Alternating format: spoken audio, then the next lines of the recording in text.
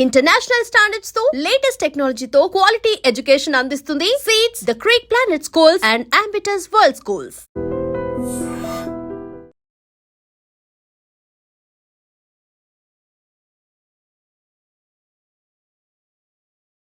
ఒక ఇంకేముండదు కాబట్టి మనం ఏం చేస్తాం, తెచ్చిన డబ్బు మనం డంపే పెడతాం, భూమిలో పెడతాం, ఆ డబ్బాలలో పెడతాం. అవి కూడా లెక్కలు ఉంటాయి. ఏ కంటాడ దగ్గర పేరేం రాయం, కంటాడ దగ్గర గిన్ని లక్షలు వసూలు చేసినాం, పలాని బాన్స్ కట్టాయి ఎదురు వాళ్ళ దగ్గర ఇన్ని డబ్బులు వసూలు చేసినాం, పలాని దగ్గర ఇన్ని డబ్బులు ఉన్నాయి, ఇవి ఖర్చు పెట్టిన ఇవి ఉన్నాయని ఈ లెక్కలతో పాటుగా బరాబర్ ఉంటాయి. ప్రభుత్వాల డబ్బులు ప్రజలదే అయినా వాళ్ళు విచ్చలు పెడతానే ఉంటుంది, వాళ్ళ అక్రమాలు అన్ని మెయిన్ పాయింట్ అది. అది మా దగ్గర ఏంటంటే మీరు చెప్తే నమ్మండి, ఇది మీరు కాదన్న నేను ఖచ్చితంగా పార్టీ ప్రతి రూపాయి నేను అనుభవించి చెప్పిందా. నాయకుడైనా సభ్యుడైనా ఒకే రకంగా తిండి ఉంటుంది, ఇది ఖచ్చితంగా చెప్పదలుచుకున్నాను, ఎందుకు అనుభవించిన కాబట్టి. డ్రైయర్స్ 3 సంవత్సరానికి, బనియన్స్ 3, నెలకు ఒక 2 సబ్బును, ఒక లైబాయ్ కూడా ఒక ముక్క, 6 నెలలకు ఒక దువ్వెనే, అద్దం పలుపు అద్దం, ఒక లుంగి, ఒక ఆలివ్ గ్రీన్ డ్రెస్సులు 2. ఇవే ఈ మధ్యలో చినిగిపోతే చెప్పులు పోతే అవి 3 జతలు ఉంటాయి, 3 జతలు ఉంటాయి. అవి 2 జతలు బూట్లు ఉంటాయి, ఒక జత అంతేనమ్మా. అంతే అంటే ఇక ఈ డ్రెస్సులు ఉంటాయి, సమస్యలు ఉంటాయి. అంత కష్టతరంగా జీవించినా కూడా వాళ్ళ ఎంజాయ్ బతుకని ఇదని కొంతమంది వాదిస్తారు, అది వాళ్ళకి వదిలిపడదు. కానీ అది కొంతమంది అజ్ఞానం ఉంటుంది. మీరు పార్టీ నుంచి వచ్చినప్పుడు మీ చేతి కూడా వాచి కూడా ఇచ్చి వచ్చిన వాళ్ళు చూసారండి. అవునవును, తుపాకీలు ఇవ్వడం కాదు, వాచి కూడా ఇస్తారు. అవునవును, ఎందుకు? అది ప్రజలది కాబట్టి ఇచ్చి రావాలి. మరి కొంతమంది తుపాకులు తీసుకొచ్చి అధికారం వాళ్ళు ఏమనుకున్నారో, వాళ్ళ పార్టీకి ద్రోహం చేయాలనుకున్నారో, అది అమ్ముకోవాలనుకున్నారు, వాళ్ళు తెచ్చుకుంటారు. మనం పార్టీకి ద్రోహం చేయొద్దు అన్నోళ్ళు అన్ని చేస్తారు. ఒకటి ఇప్పుడు ఏంటంటే మేము వచ్చిన సిచ్యువేషన్ వేరు. ఇప్పుడు చాలా క్రిటికల్ ఒక పొజిషన్లో పార్టీ ఉంది కాబట్టి మరి ప్రభుత్వాలు తుపాకుతో వస్తేనే సరెండర్కి ఏమైనా ఛాన్స్ ఇస్తామని ఒక నిబంధన పెట్టవచ్చు. ఆ నిబంధనల భాగంగా వీళ్ళు తుపాకులు పట్టుకొని రావచ్చు. సరే, మనం ఒకసారి వెనక్కి వెళ్దాం హిడ్మా గురించి. హిడ్మాకి మీకున్న దీని బంధంలో ఆయన చేసిన మంచి ఆపరేషన్ చెప్పండి. ఇంత టాలెంట్ ఉందా ఇల్లు అని? ఆయన చేసిన ఆపరేషన్ అంటే అంతే, మనం దేశవ్యాప్తంగానే ఒక ఆందోళన సృష్టించింది. 76 మంది సిఆర్పిఎఫ్ ముకురం, అది 3 గంటల పోరాటం. 3 గంటలు అంటే 3 రోజుల ముందు 30 రోజుల ముందు ప్లాన్ వేసారా? అది 15 రోజుల ముందు అది ప్లానింగ్.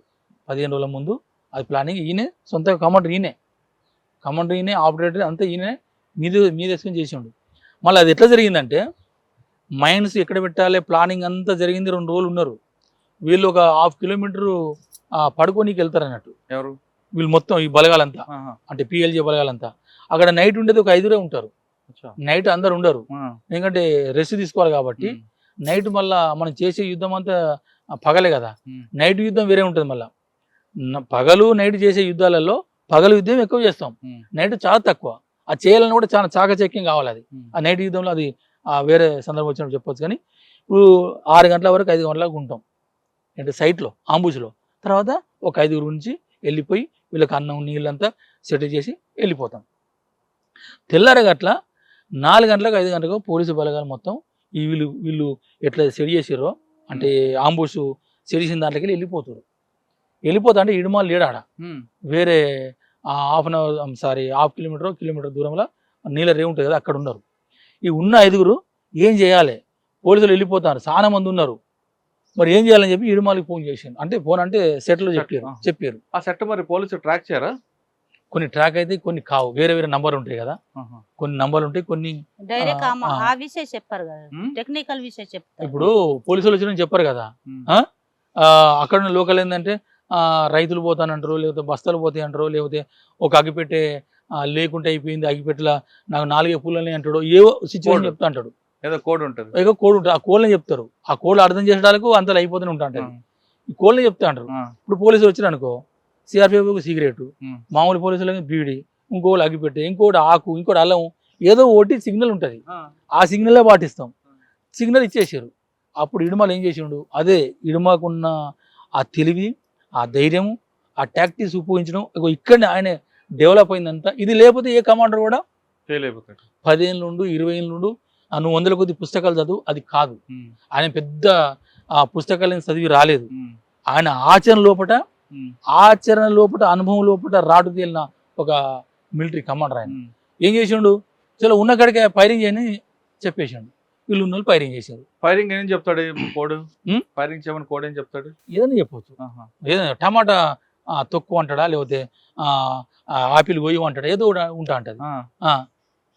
అంతే. సుక్కం చూడు అంటాడా, ఏదో ఒక కోడ్ ఉంటుంది. అన్ని కోడ్సే. ఇటువంటి నువ్వు ఫైరింగ్ చేయని అట్లా ఏం చెప్పాడు, అన్నిటి కోడ్స్ ఉంటాయి.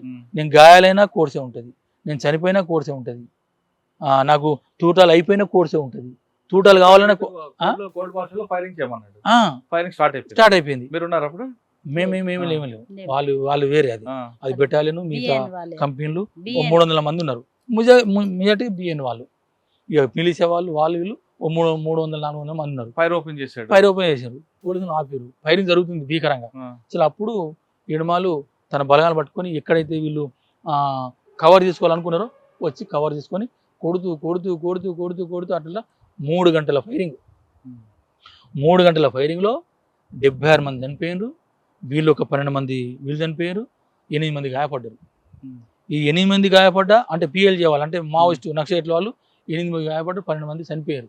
వీళ్ళని ప్రజలంతా వచ్చి మంచాలు తీసుకొని వచ్చి వాళ్ళ కోసం చూస్తున్నారు వెనుక ఉండి. వీళ్ళు గుంజుకొని పోతా అంటే ప్రజలంతా మంచాల్లో మోసిపోయారు. ఎక్కడి నుంచి వస్తుంది వాళ్ళకి ధైర్యం? ఇడమాలంటే బియ్యం అంటేనే వాళ్ళకి గుండెకాయ. ఈ ఇడమాలు బియ్యం లేకపోతే మాకు అసలు మాకు ఉనికే లేదనేది ప్రజల్లో. అట్లా ప్రజలు వచ్చి వీళ్ళు మోసుకొని పోయారు. వాళ్ళు ప్రజలు హిడ్మా కోసం ప్రాణాలు ఇవ్వడానికి సిద్ధంగా ఉన్నారు కదా.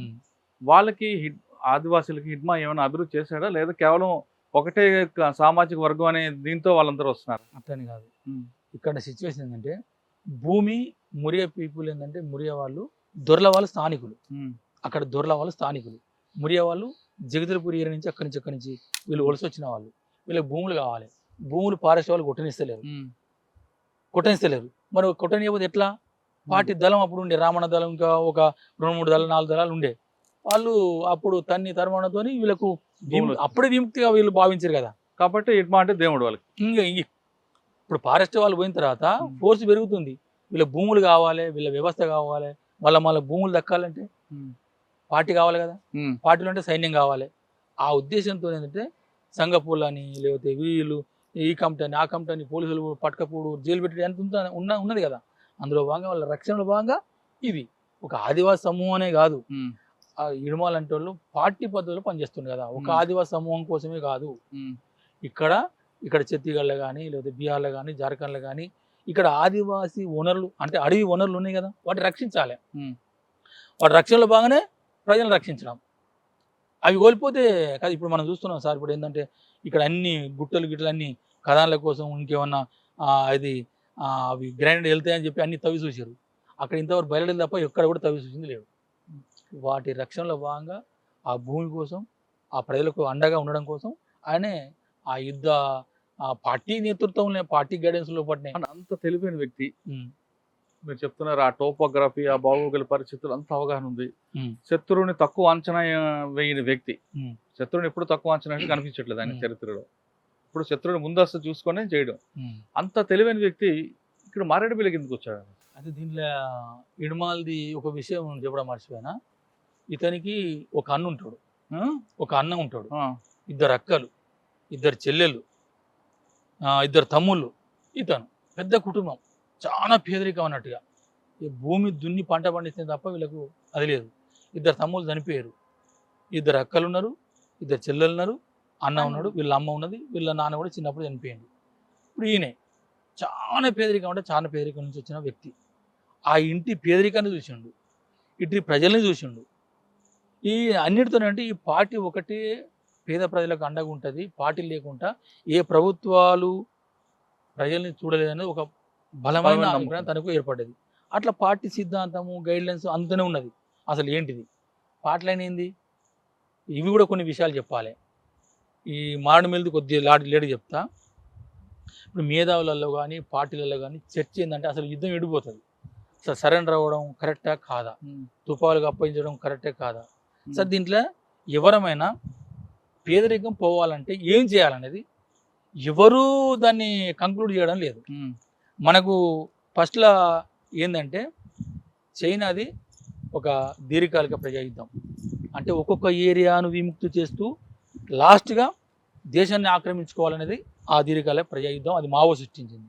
ఒకటి రష్యా మార్గం, అంటే సశస్త్ర సాయుధ తిరుగుబాటు, అంటే తుపాకులు ముందు పట్టుకోకుండానే కార్మికులలో, విద్యార్థులలో, మేధావులలో మొత్తం ఈ రాజకీయాలు సృష్టించి తుపాకులు వేరే దిక్కు డంపు చేసి ఎప్పుడైతే ప్రజలు యుద్ధానికి సిద్ధమవుతారో అప్పుడు అందరి తుపాకులు పంచి ఆ ప్రభుత్వం మీద ఒకేసారి దాడి చేసి మొత్తం అన్ని రాష్ట్రాలను ఒకేసారి ఆక్రమించుకోవాలి. అదొక రూట్. రష్యా యుద్ధం. అదొక రూట్. ఇప్పుడు మనకున్నది అంటే భారతదేశం భౌగోళిక, సామాజిక, ఆర్థిక పరిస్థితుల రీత్యా మనం కూడా చైనా లెక్కనే దీర్ఘకాలిక ప్రజాయుద్ధం చేయాలనేదే ఒక లైన్ ఇది. ఈ లైను పద్ధతిలోనే మేము అందరం పోయిన తర్వాత ఇప్పటికి చూడండి ఇన్ని సంవత్సరాలు అవుతుంది.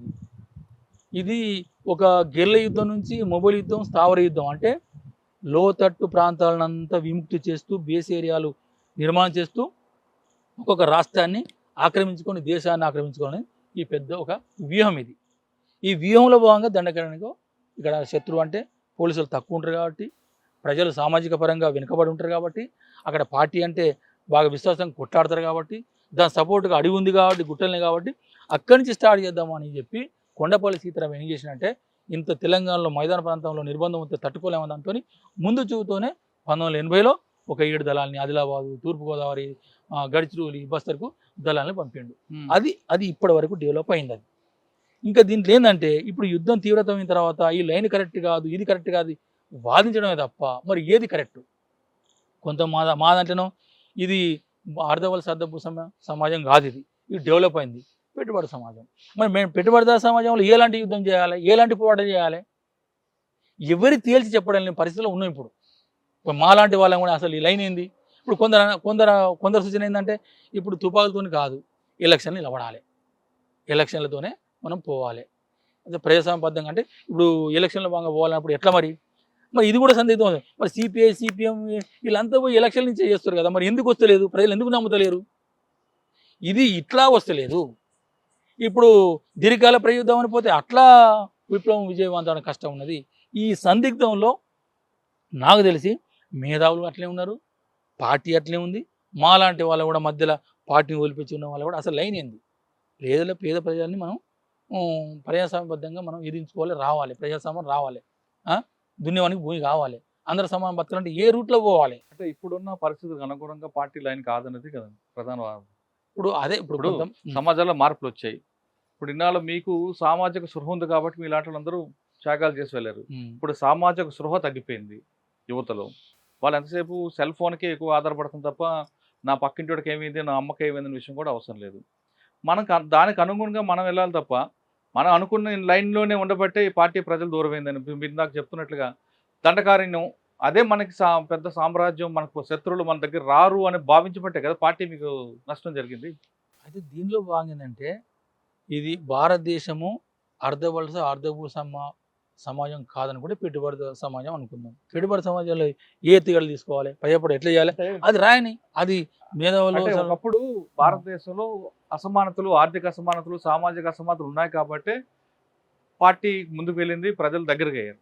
ఇప్పుడు అసలు భారతదేశంలో అసమానతలు ఎక్కడ ఉన్నాయన్న? ప్రతి 5 సంవత్సరాల కోసం ఎలక్షన్ జరుగుతుంది.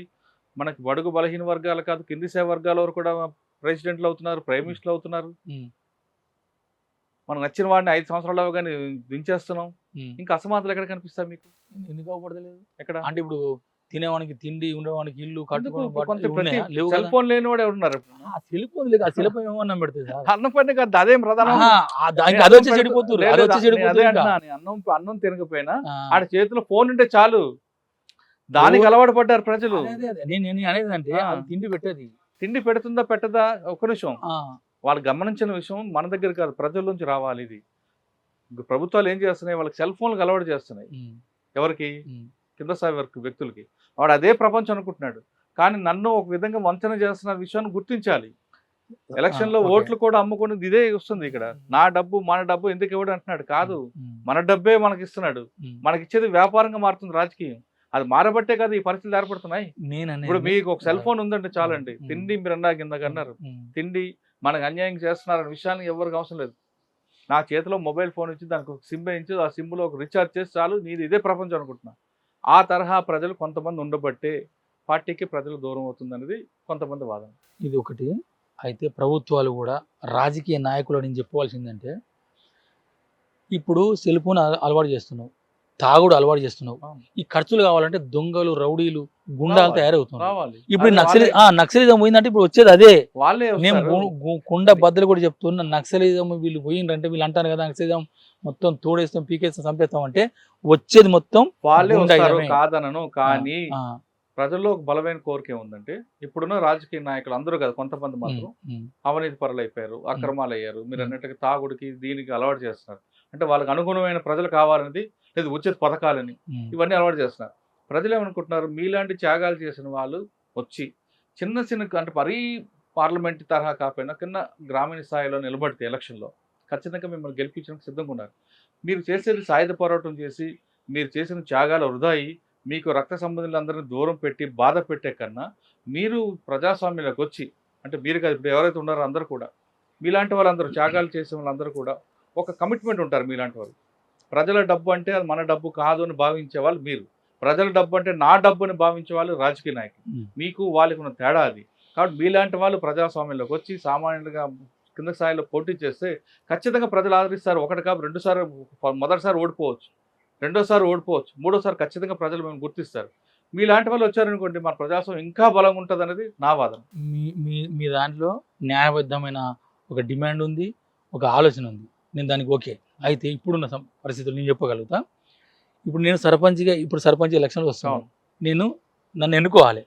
ప్రజలు నువ్వు అన్నట్టుగా నీతి నియమాలు చూస్తలేదు సార్, చూడరు డబ్బులు చూస్తలేరు. ఎందుకంటే 10 లక్షలు తయారు చేసుకో, 15 అయితే కావచ్చు.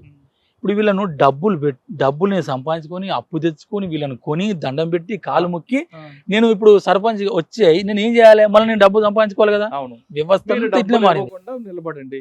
ఒకసారి గెలవరు, 2 సార్లు గెలవరు, 3ఓసారి ఖచ్చితంగా గెలుస్తారు. మీరన్న ఇప్పుడు మీరు అదే ప్రజలు డబ్బులు ఇచ్చి ఓట్లు ఇచ్చుకోవడం కన్నా వీళ్ళని మళ్ళీ అడుక్కోవాలని మీరు అంటున్నారు. ఈ ప్రజల మార్పు ఎలా ఉందంటే మీరు ఇంత త్యాగాలు చేశారు, 20 సంవత్సరాలు కుటుంబాల దూరంగా ఉండి మీ ఆరోగ్యాలు పాడు చేసి అదేమైనా గుర్తిస్తారనుకుంటున్నారు ప్రజలు? అదే నేను నా కోరిక ఇప్పుడు ఉన్న ఏ మార్గం కరెక్ట్ అయింది ఎట్లా అనుకున్నప్పుడు మన భారతదేశము అన్ని దేశాల కంటే ఒక విభిన్నమైంది. అవును, కులాలు మతాలు దేవుళ్ళు అన్ని ఒక విభిన్నమైన వ్యవస్థ మన భారతదేశం వ్యవస్థ. ఈ వ్యవస్థలో ఈ దీర్ఘకాల ప్రయుద్ధ పంతాలని